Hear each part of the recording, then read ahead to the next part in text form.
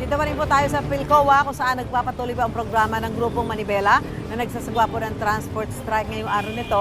At ito namang Grupong Piston na nagsisimula na rin po magtipon-tipon dito para naman sa kanila ding natigil pasada ngayong araw na ito. At may mga tauhan dito ng pulisya para matiyak na maayos po ang ginawang programa dito, nitong dalawang transport groups.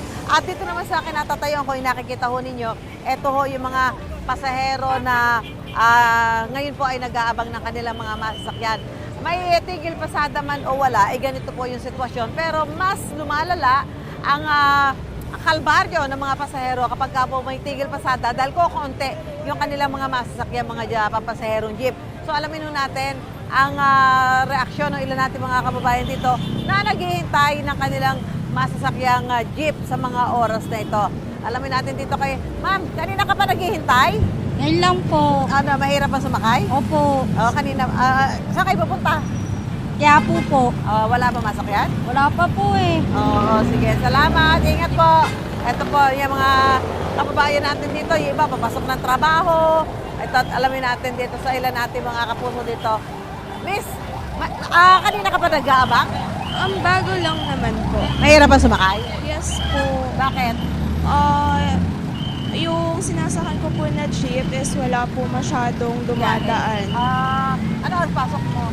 7:30 po. Hindi mo malilate? Late na po talaga actually. Oo, kasi 7:10 na. Yes po. Oo. Usually po dapat Kapag mahirapan ka pamasakyan, ano gagawin mo? wala po akong choice kundi sumakay po ng ananas po kasi ako. Okay. So, ang ginagawa ko na lang po is alimol din sa bababa po na. At magdadalawang sakay ka? Yes po. Oo, kadal. Yun na lang po talaga yung choice ko pag wala po talagang dumadaan. Araw-araw ba ananas. ganito ang sitwasyon mo? Mas mahirap ngayon? Mas mahirap po ngayon. Ay, nung nakaraan po, mas mahirap pa po. Oo. Ano reaction mo kung sakaling tataas ng 10 piso yung pamasahe sa jeep? Siguro po as a estudyante din po, mahirap din po kasi madami din pong gastusin sa school. And Mabigat ba yun? mabigat din po talaga kasi 10 pesos is too 10 much pesos. na po. Oo, sige. Salamat ako. Sana hindi ka ma-late, ha? Okay, halika, hanap po tayo dito na ilan natin mga kapuso na naghihintay po ng kanilang mga masasakyan. Malaman ho natin kung ano reaksyon nila doon sa mungkahi na itaas ng 10 piso ang pamasahe. Ito, yan. Alamin ho natin doon sa ilan natin mga kababayan dito.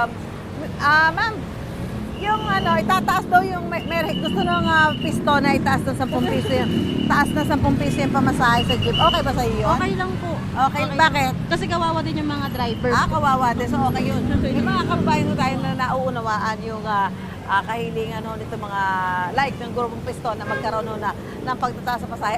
Ganyan po yung sitwasyon. Kapag may tumigil, talaga mag-aagawan ho sila.